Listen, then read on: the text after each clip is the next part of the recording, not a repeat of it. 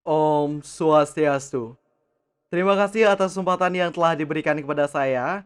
Sebelumnya perkenalkan nama saya I Gusti Komang Agus Angga Putra Widiarta dengan NIM 2011031031006 dari Prodi Pendidikan Guru Sekolah Dasar. Pada kesempatan kali ini saya akan membahas mengenai sebuah materi yaitu LKM 9 pada materi pluralisme dan dharma negara dengan sebuah topik yang hangat dan menarik tentunya yaitu transformasi teologis politik demokrasi Indonesia yang merupakan telah singkat tentang masyarakat madani dalam wacana pluralisme agama di Indonesia. Pada kesempatan kali ini tentunya ada beberapa aspek yang akan kita bahas. Yang pertama akan dimulai dari aspek permasalahan, kemudian akan dilanjutkan dengan teori yang digunakan, metode yang digunakan, kemudian akan dilanjutkan dengan hal yang sangat penting dalam bahasan kali ini yaitu hasil pembahasan, dan terakhir akan berakhir pada temuan dan kesimpulan. Langsung saja ke aspek permasalahan. Tentunya aspek permasalahan ini sangat jelas kita bisa lihat sejak awal pembahasan tadi. Yang mana sudah jelas saya katakan bahwasannya saya membahas mengenai masyarakat madani. Tentunya aspek permasalahan atau objek permasalahan pada kali ini adalah pembahasan mengenai masyarakat madani. Yang tentunya akan saya gali dengan beberapa hal. Yang pertama adalah mengenai relevansi konsep masyarakat madani. Bagaimana relevansi sebuah kehidupan di masyarakat madani. Kemudian adanya bagaimana problematika dalam aktualisasi. Kemudian nantinya akan dilanjutkan dengan agama negara dan konsepsi solutif masyarakat madani. Dilanjutkan dengan transformasi Islam dengan sosial politik Indonesia dan nantinya akan diakhiri dengan bagaimana Islam dan dominasi politis ranah sosial. Teori-teori yang digunakan dalam kesempatan kali ini tentunya ada banyak sekali teori. Namun saya hanya mencantumkan 3 teori utama saja yang tentunya ini sudah merangkum dari beberapa teori yang ada dalam pembahasan kali ini. Yang pertama, Avan Gafar 2014.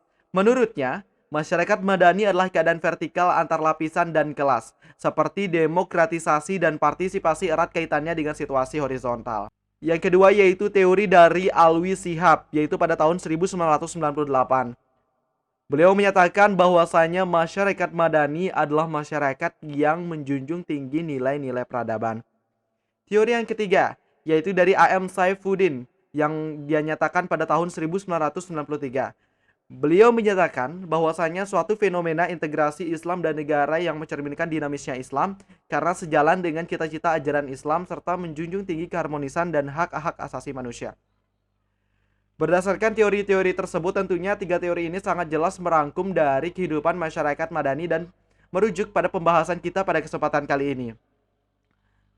Lalu metode apa yang saya gunakan pada kesempatan kali ini? Metode yang saya gunakan adalah melalui sebuah studi pustaka. Kita ketahui bersama bahwasanya studi pustaka yang dimaksud adalah kita menggali sebuah materi atau informasi berdasarkan pustaka-pustaka ataupun teori-teori yang telah ada sebelumnya. Jadi di sini saya menambahkan dari teori-teori seperti teori Alwi Shihab dan sebagainya. Seperti sudah jelaskan tadi. Begitulah mengenai mekanisme metode yang saya gunakan yaitu metode studi pustaka. Berikutnya, pembahasan yang penting yaitu hasil dan pembahasan. Hasil dan pembahasan yang pertama yaitu mengenai relevansi konsep masyarakat madani. Masyarakat madani atau civil society merupakan bentuk atau perwujudan dari sistem keteraturan kelembagaan sampai dengan kenegaraan. Secara langsung konsep ini mengarah kepada memperkuat sistem pemerintahan demokrasi. Jadi, bicara masalah masyarakat madani adalah berbicara tentang demokrasi karena kesamaan unsur, esensi, dan juga tujuan. Sekarang ini transformasi budaya dan agama menuju kondisi masyarakat madani terbilang menuai hambatan. Mengapa? Hal itu tentunya terbukti dengan tidak adanya kejelasan mengenai sejauh mana bangsa Indonesia dapat menggambarkan bentuk-bentuk tersebut dalam sebuah ekspresi moral, kontrol politik, dan keseimbangan antara aspek vertikal yang mengandung unsur negara dan bangsa dengan aspek horizontal yang mengandung nilai multikulturalisme. Begitulah pembahasan mengenai relevansi konsep masyarakat madani. Jadi konsep masyarakat madani ini secara tidak langsung mengarah pada sistem pemerintahan demokrasi seperti yang telah saya jelaskan tadi. Berikutnya akan dilanjutkan dengan pembahasan problematika dalam aktualisasi. Diakui bahwa konsep masyarakat madani adalah perspektif yang dapat melestarikan kehidupan demokrasi Indonesia. Namun fakta yang dapat kita lihat bersama bahwasanya masyarakat madani justru akan menghambat pelestarian budaya demokrasi. Hal ini terjadi dikarenakan perspektif masyarakat tentang demokrasi hanya sebatas alat untuk memperluas kekuasaan semata. Tidak ada aturan main pengelolaan tentang kenegaraan. Jadi, hal itu sudah jelas menjelaskan mengenai problematika. Jadi, yang kesannya untuk melestarikan kehidupan demokrasi, namun nyatanya justru menghambat pelestarian budaya demokrasi tersebut. Berikutnya yang mengenai agama negara dan konsepsi solutif masyarakat madani. Bagaimanakah agama negara dan konsumsi solutif masyarakat madani?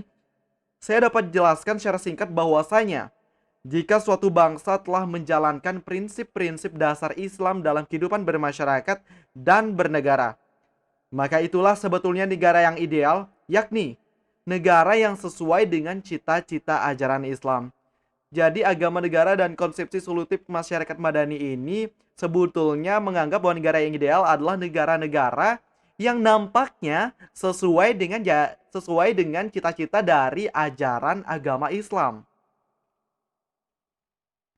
Berikutnya, transformasi Islam dalam sosial politik Indonesia. Bagaimanakah maksud dari transformasi Islam dalam sosial politik Indonesia? Maksud dari adanya upaya transformasi Islam di Indonesia di satu sisi, adanya pandangan bahwa merupakan pelanggaran sosial apabila mendirikan negara Islam di Indonesia. Namun di sisi lain, status Indonesia sebagai negara mayoritas muslim sesungguhnya harus mendapat permakluman tersendiri. Jadi di sini ada dua hal yang saling bertolak belakang namun akan membantu dalam upaya transformasi Islam di Indonesia. Begitulah mengenai transformasi Islam dalam sosial politik Indonesia. Pembahasan berikutnya. Pembahasan berikutnya akan merujuk pada Islam dan dominasi politis ranah sosial. Perlu kita ketahui bersama bahwasanya dalam dunia akademis, wacana pluralisme agama dan transformasi politik Islam ini terus dikembangkan. Yang mana hal ini terus dikembangkan oleh para intelektual dan cendekiawan muslim di tanah air. Karenanya, hal ini terinspirasi dari para pemikir terdahulu yang telah dengan sangat baik memunculkan pemikiran-pemikiran dan wacana-wacana segar, terutama sekali dalam kaitannya dengan topik politik Islam ini. Jadi demikianlah Islam dan dominasi politis dalam ranah sosial. Berikutnya yaitu mengenai pembahasan temuan dan kesimpulan. Tidak terasa berbagai pembahasan yang telah saya jelaskan tadi berakhir pada temuan dan sebuah kesimpulan. Yang pertama, paradigma masyarakat madani sebetulnya telah tertanam secara transidental. Karena memang dalam ajaran keagamaan, para pemimpin bangsa harus mendapatkan restu dan persetujuan, nasihat dan bimbingan dari tokoh-tokoh moral force, tokoh-tokoh keagamaan dan kebudayaan. Namun sayangnya, kesadaran semacam itu tidak lingkup berada pada karakter universal kebangsaan Indonesia. Yang kedua, paradigma demokrasi diposisikan berada pada ranah garis vertikal. Yang mana tidak hanya itu, namun juga pada tatanan legislasi formal, hukum dan HAM, dan birokrasi dengan masyarakat umum. Sedangkan berikutnya, yaitu pemegang kebijakan formal yang mencakup tiga bidang, yaitu legislatif, eksekutif, dan tentunya yudikatif. Ketiga hal ini tentunya sangat sering kita dengar dalam kehidupan sehari-hari, yaitu baik itu legislatif, eksekutif, dan yudikatif. Karena tiga lembaga ini yang telah sering kali mengeluarkan sebuah kebijakan-kebijakan formal. Yang mana semestinya ketiga hal ini harus mampu mendapatkan kontrol yang profesional dari masyarakat. Paradigma demokrasi diposisikan berada pada ranah garis vertikal. Ranah garis vertikal ini dimaksudkan adalah tatanan legislasi formal. Paradigma demokrasi diposisikan berada pada ranah garis vertikal. Ranah garis vertikal ini dimaksudkan adalah tatanan legislasi formal, kemudian ada hukum dan HAM, dan tentunya dengan birokrasi yang mana dengan masyarakat secara umum. Berikutnya yaitu temuan dan kesimpulan yang terakhir. Kita ketahui bersama bahwasanya masyarakat madani memberikan ruang reformasi. Maka demikian juga masyarakat madani memberikan pergerakan yang lebih ekstrim yang bernama yaitu revolusi. Baik, tidak terasa demikianlah pembahasan saya pada kesempatan kali ini. Semoga apa yang saya sampaikan tentunya dapat bermanfaat bagi kita semua. Saya mohon maaf bila ada hal yang kurang berkenan selama penyampaian dari pembahasan kali ini. Sebagai akhir kata, saya tutup dengan parame Santi. Om Santi Santi Santi Om. Terima kasih.